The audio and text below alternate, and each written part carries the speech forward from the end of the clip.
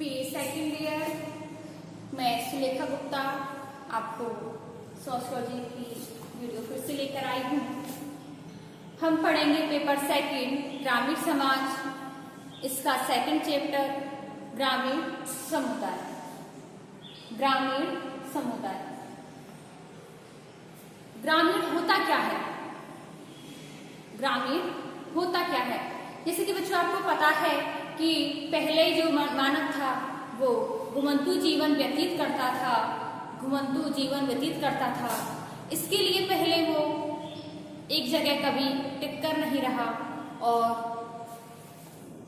हमेशा इधर उधर जीवन व्यतीत करता था। फिर वह अपना कृषि कार्य करने लगा और कृषि कार्य करने के लिए बच्चों आपको पता है कि एक जगह पर रुकना अति आवश्यक होता है।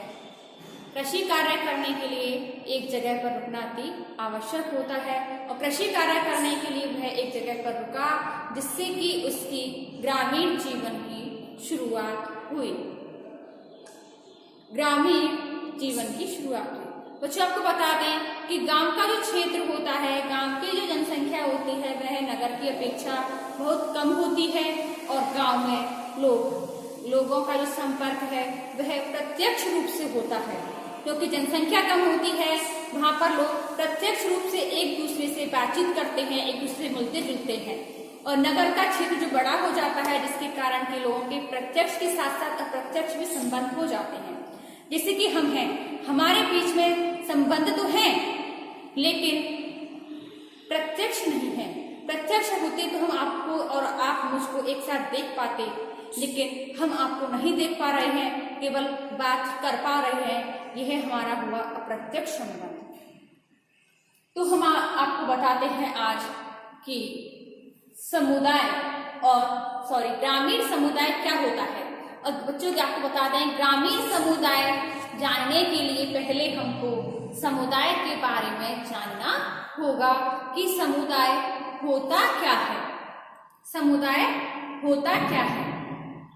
समुदाय का अर्थ, समुदाय का प्रयोग गांव, बस्ती, नगर जो एक भौगोलिक क्षेत्र में निवास करते हैं वह समुदाय होता है। यानी कि जो निश्चित भौगोलिक जो क्षेत्र होता है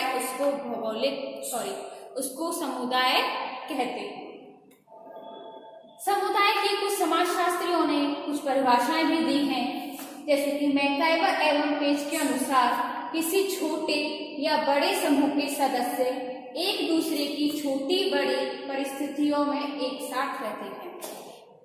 समुदाय में लोग प्रत्यक्ष रूप से, चाहे वह कोई परिस्थिति उसकी छोटी हो या कोई बड़ी हो, हर स्थिति में उसके साथ रहते हैं। किंग्सले ने कहा है कि वह स्थानीय समूह जिसमें सामाजिक जीवन के सभी पहलू सम्मिलित होते हैं। सामाजिक समूह, सामाजिक जीवन के सभी पहलू जैसे कि आर्थिक, धार्मिक, राजनीतिक, जो भी हमारे पहलू होते हैं, जो भी सामाजिक पहलू होते हैं, वे सभी जिसमें सम्मिलित होते हैं वह समूह समुदाय में भी आता है। अब बच्चों आपको बता दें कि समुदाय की कुछ अपनी विशेषताएं होती हैं, जैसे कि निश्चित भूभाग। समुदाय में निवास करने के कारण लोग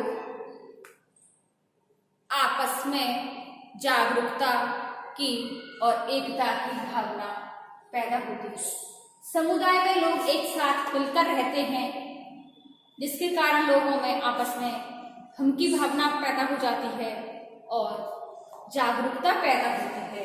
दूसरी है सामुदायिक भावना। सामुदायिक भावना जिसमें कि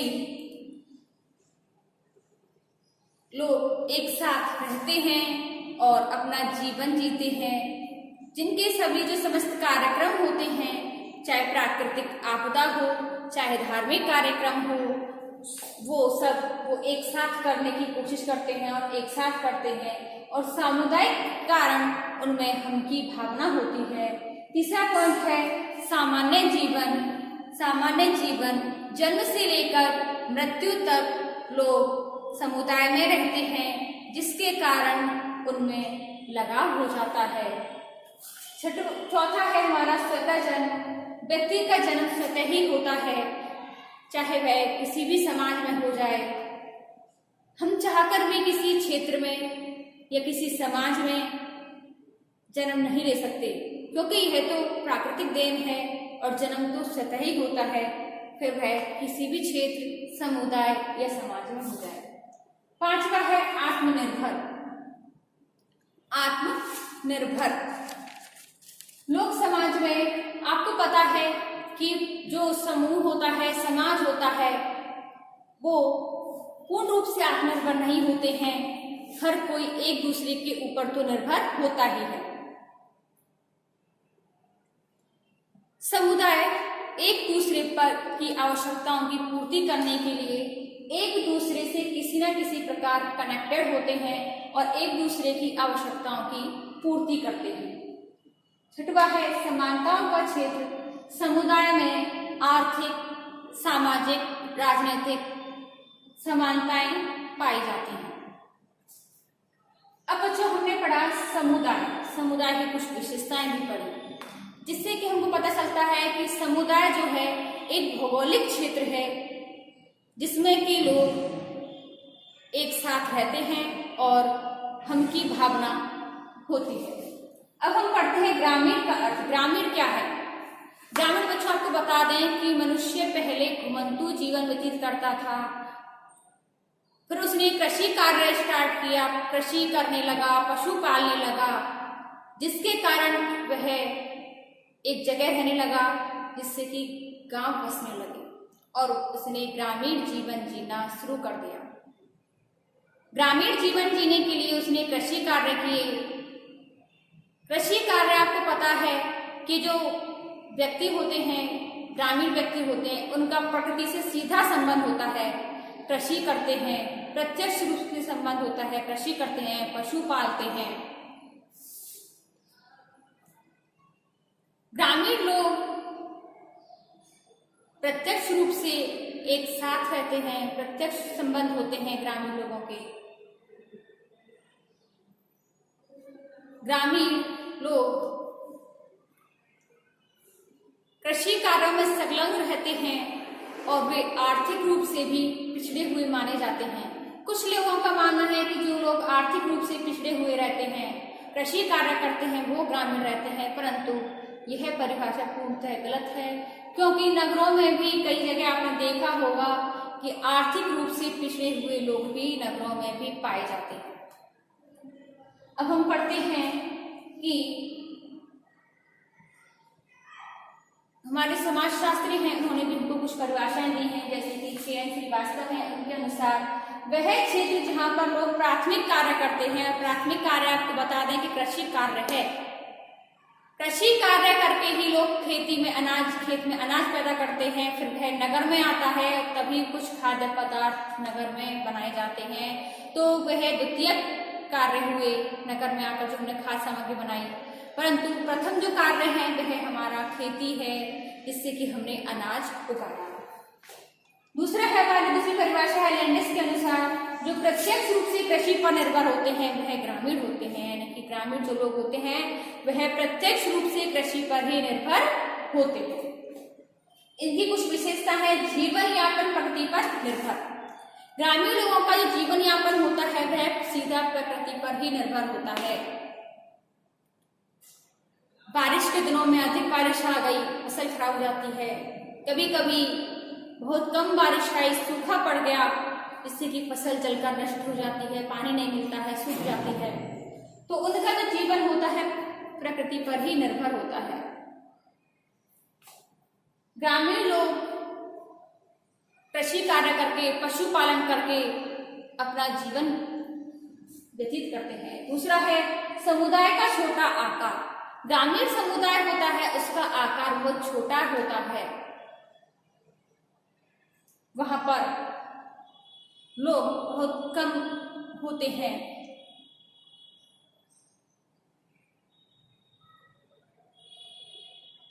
क्योंकि हर किसी के पास खेत होना, जमीन होना जरूरी नहीं है और वो अपनी आजीविका के लिए कभी कभी गांव छोड़कर नगर को भी जाना पड़ जाता है, जिससे कि समुदाय का आकार और छोटा होता जाता है। तीसरा है कम जनसंख्या। बच्चों आपको बता दें कि जो ग्रामीण एरिया होता है वहां पर कम, एक निश्चित मात्रा में ही, एक निश्चित संख्या में ही लोग मिलते हैं, क्योंकि अगर निश्चित जनसंख्या से अगर अधिक लोग होते हैं तो वह नगर की श्रेणी में आ जाता है। तो ग्रामीण जो क्षेत्र होता है उसमें कम लोग पाए जाते हैं। चौथा है समरूपता। ग्रामीण जो लोग होते हैं, ग्रामीण समुदाय में सामाजिक, आर्थिक, राजनीतिक, धार्मिक रूप से सब में समानता पाई जाती है और वो लोग एक साथ मिलकर सभी कार्यक्रमों में भाग लेते हैं। पांचवा है सरल व सादा जीवन। ग्रामीण लोगों का विचार होता है कि सादा जीवन उच्च विचार, वे सादा जीवन उच्च विचार में विश्वास रखते हैं, क्योंकि जो नगरीय जीवन होता है वहाँ की चमक दमक में लोग आकर्षित हो जाते हैं और संचार के साधन, यातायात के जो साधन होते हैं उनमें लिप्त हो जाते हैं। लेकिन ग्रामीण जो लोग होते हैं वह अपने खेल कूद के माध्यम से मनोरंजन करते हैं, खुली हवा लेते हैं और अपना जो सादा जीवन होता है उसको सरल तरीके से, सादा पहनावा से उसको व्यतीत करते हैं।